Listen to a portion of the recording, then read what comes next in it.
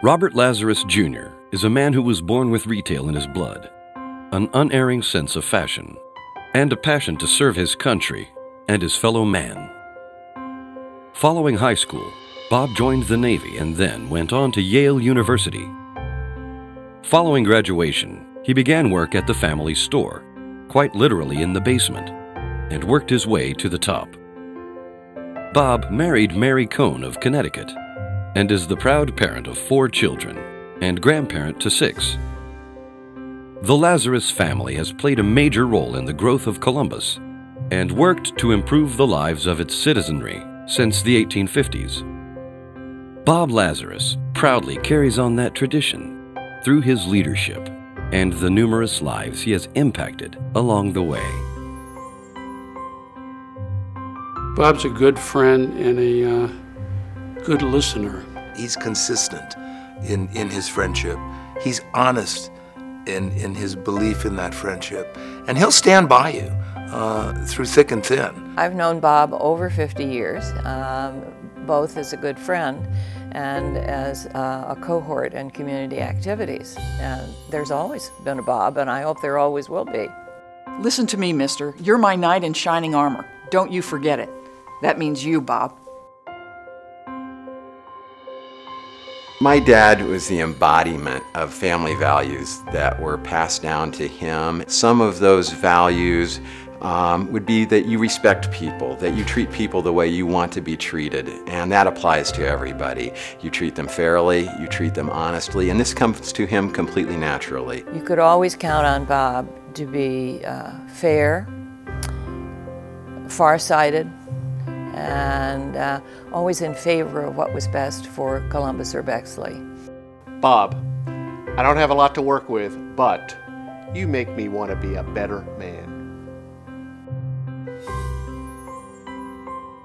Bob's caring for the community comes from a long tradition of his family. There's always been a sense of caring and making the community a better place for everybody. Bob was then and continues to be now and throughout all these years has been a true community leader. And he's one of the people that influences opinions in the community. He's very sensitive in identifying problems in Columbus, particularly problems that involve the downtrodden. You know, a guy like Bob Lazarus is the kind of guy that paved the way for guys like me. And he worked and laid the foundation for the city of Columbus in many ways, and he turned it over to folks like me. He shaped it, developed it, and made it the great city that it is, and said, all right, now it's your turn. I don't want to live in a city where the only cultural advantage is that you can make a right turn on a red light. Bob would have to be the strong, silent type in my book, or even the late bloomer who comes along at the end, because he's not a swashbuckler by any means. Bob Lazarus is our local version of George Bailey in It's a Wonderful Life. He's the hometown boy who stayed home to really make a difference in the lives of his fellow citizens. To Kill a Mockingbird, the part that Gregory Peck played, Atticus Finch, I believe. When you look at taking a position because it is the right position to take, even when others do not believe that that's the stand, Bob's been that person in this community. If I had to put a superhero uniform on him, it would be that of Captain America, because this is a person that is all-American in many ways. He has his shield coming to the defense of the poor and the hungry, the city putting all things of importance before his self-interest and making sure that the community is better off. Live, live, live. Life is a banquet, and most poor suckers are starving to death. You know, there just aren't that many examples of corporate leaders exhibiting the kind of brave and prideful association with nurturing, enhancing, and advocating for the future of the arts. And Bob has been, I wouldn't call him a lonely voice, but I would call him a singular voice. As long as I remember, my dad has been a champion of the arts in Columbus. He has been interested in symphony, theater, music of all kinds, and especially musicals and plays. He likes to sing, knows lots of show tunes, more than I can even imagine. He's always loved movies and particularly musicals, Broadway musicals. I mean, he just loves them. And he loved the old movies, all the Laurel and Hardy and the Marx Brothers. And then when the musicals came along, there's not one of the old musicals, Oklahoma, Guys and Dolls, that he doesn't know all the lyrics to. Frankly, my dear, I do give a damn. Anything that had to do with building Columbus, from the infrastructure of the inner city, the saving of the Ohio Theater, anything that had to do with the arts, Bob was involved. Bob just really was horrified at the idea that the Ohio Theater, we might lose it. And it was, about to be torn down. And so several people got involved, and he did. He had a lot to do with the fundraising part of it, and there were the architects and the lawyers, but it's the first thing I remember him being so excited about. He'd come home at night and tell me about the latest contributions and how they were doing in getting toward their goal. Kappa was involved with restoring the Southern Theater. We needed to form a new corporation to hold title to the theater. And we were discussing what it should be.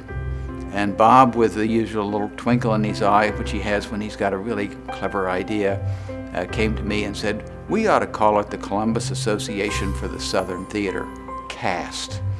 And, with a theatrical name like that, of course we adopted it. And that's what we used for the corporate name of the entity that holds the Southern Theater to this day. Bob and I have loved to go to the movies at the Drexel, and we've done that for years. The Drexel has always been a big part of our family, in that it's showing the kind of movies that you couldn't see anywhere on Columbus. We felt privileged to have that gem kind of so close. Well, the Drexel Theater is just a jewel, which I think, like many things, people took for granted. And it takes someone with Bob's wisdom to know that things that are taken for granted don't last forever.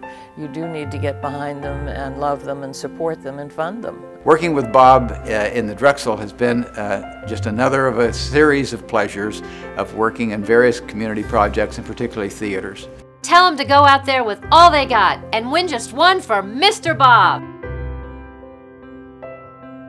I don't know how many bow ties Bob has. I've never counted them, but they certainly take up a big space in our closet.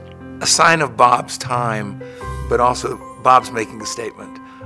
Bob's tidy, Bob's neat, handsome guy, and he brings all of that to us through that bow tie. You know when you see Bob, he's going to have a bow tie on.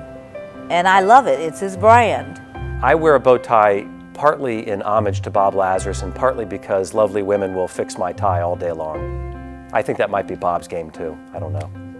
It's not the men in your life that counts. It's the life in your men. When you get Robert Lazarus Jr., you get a twofer because you get Mary also.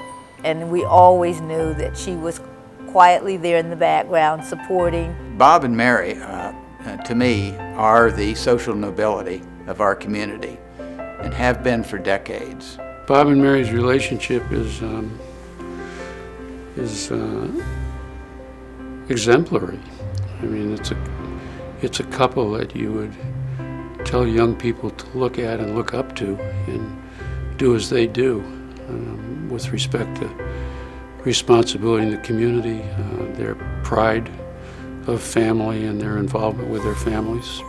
Bob Lazarus, you're the top. I know that's not a movie, but it's a great song, and you're a great person. You're the top, Bob Lazarus. Thank you for all you do. the kind of special relationship that so many people have with Bob is one where it is just simply easy to have a conversation, have a phone conversation, and each person can express an idea or a thought and know that it's going to be well received by the other. Whether Bob knew it or not, when he joined our board and then retired many years later, that he would still be considered a board member, that we will call him whenever we need him, and he's never not taken our calls. Bob is an icon in this community, so highly respected. He's made such a difference on a multi-generational way. In the arts, in education, in the economic development field of our community. You know, Bob Lazarus helped shape the city of Columbus. My mother thanks you, my father thanks you, my sister thanks you, and I thank you. In my day job, I work with and serve leaders, elected officials and CEOs all across this state. So I've learned a few things about leadership over the years. The smartest thing we did when we put Friends of the Drexel together was to recruit a board of superb leaders. Bob Lazarus has always set the bar for our board and for our community. He personifies great leadership, but he would never think of himself as being great. And to be sure, he would never think of himself as being anyone's hero. This is a humble, self-effacing man who loves his family and loves our community, and he defines what it means to give back and pay forward. Bob Lazarus loves the Drexel and what it means for our community, just as he loved the Ohio Theater and what it meant for our community some 40 years ago when he helped spearhead the Save the Ohio campaign. Bob Lazarus has helped shape the social, artistic, business, and civic fabric of Columbus for generations. You've just heard from family, friends, business colleagues, and proteges, and Mayor Coleman speak to Bob's impact on them and our community. You know, I asked Carol a few days ago, who grew up in Bexley and who grew up going to the Drexel and shopping at Lazarus, to give me one word to describe Bob. And she said, class. Indeed, this is one class guy who would never think of himself as a hero. But more than anyone else I can think of, he saved the Drexel for all of us and for future generations here in Bexley and across our community. And for that, there's no one more fitting than Bob Lazarus as our first ever Drexel hero.